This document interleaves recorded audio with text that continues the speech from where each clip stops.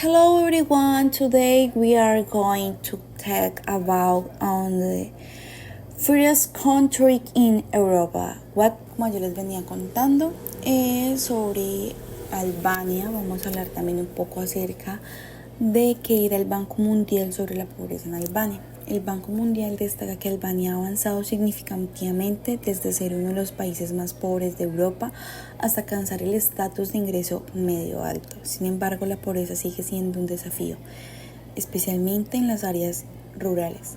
La tasa de pobreza ha disminuido del 27% en el 2005 al 17% en el 2008. Pero persisten desigualdades regionales y problemas en el acceso a servicios básicos. ¿Cuál es el actual salario de Albania? ¿Cuál es el actual salario mínimo? Se puede decir, el salario mínimo como tal en Albania está en $300 mensuales. ¿Cómo creen que se mide la pobreza en Albania? Bueno, aquí en Albania se mide principalmente con bases de ingresos monetarios, considerado como un umbral nacional que refleja el costo de necesidades básicas. Además, pues obviamente evalúa con indicadores de educación, salud, acceso, infraestructura. Bueno, si nos vamos un poco más allá, más hacia la historia sobre el tema de la pobreza en Albania, podemos encontrar los siguientes datos. Los albaneses disfrutan de hoy de más libertad democrática y esperan aportar en el periodo de transición durante el cual el país se transformará de un estado emergente a un estado de la miembro de la UE.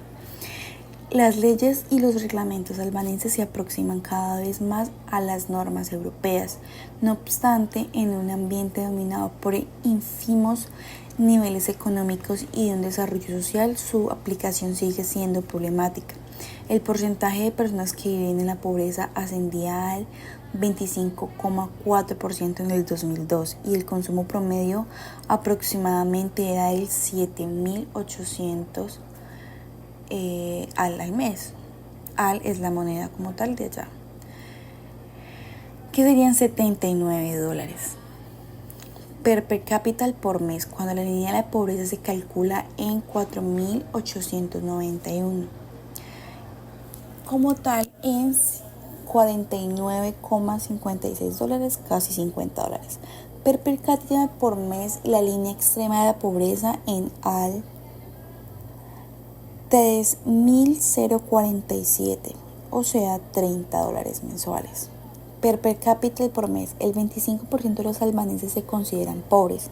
Se calcula que aproximadamente en el 2005 aproximadamente el 5% de la población no puede satisfacer sus necesidades básicas de alimentación. La pobreza es más alta en las zonas rurales y especialmente en las zonas montañosas, con el 26,6% y el 44,5% respectivamente. Esto debe principalmente a los ingresos limitados que generan pequeñas y fragmentadas propiedades agrícolas entre 4 y 5 parcelas por granja en promedio.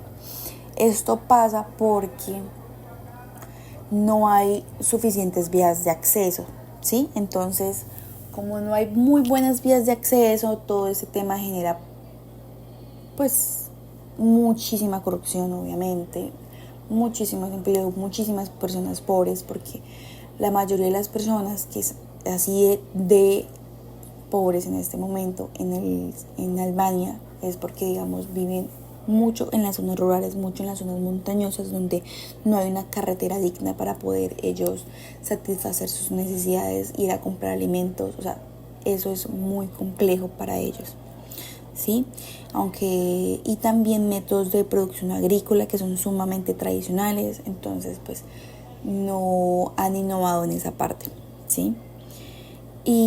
Pero pues como tal, las regiones más afectadas son las del norte, con el 47% de la población, y bueno, un poco más de aquello. El desempleo es un problema crónico también, agravado por la concentración geográfica y el escaso tamaño de las empresas del país. Por lo mismo, o sea, las empresas, son muy pequeñas, casi no contratan a las personas, y por su concentración geográfica, o sea que por lo mismo, porque las personas casi siempre viven como en montañas, las personas que viven en la parte rural, obviamente pues sea un poco más sencillo cuando ya viven en una ciudad o algo así, pero nos estamos concentrando en las partes rurales. Aproximadamente el 82,7% de las empresas activas estaban situadas en la capital de Trina y en los otros 6 grandes distritos. El restante, el 17,3%, correspondía a los 29 distritos. Además, cerca del 84% de las empresas activas son microempresas, que solo tienen un empleado, imagínate. Optimizan las cifras en un 14,65%, declarándolas para el desempleo. Se calcula que utilizando el número de personas desempleadas en zonas urbanas, pero con la intención de presentar tanta a la fuerza de un trabajo urbano como rural. De hecho, la fuerza labor rural es que representa cerca del 46% de toda la población activa. Está significativamente subempleada. En consecuencia, el desempleo nacional es mucho más alto. Queda declarado, si tomamos en cuenta el tamaño de la fuerza laboral activa, la tasa promedio del desempleo nacional corresponde a un 47% y esta cifra supera el 50% en muchos distritos.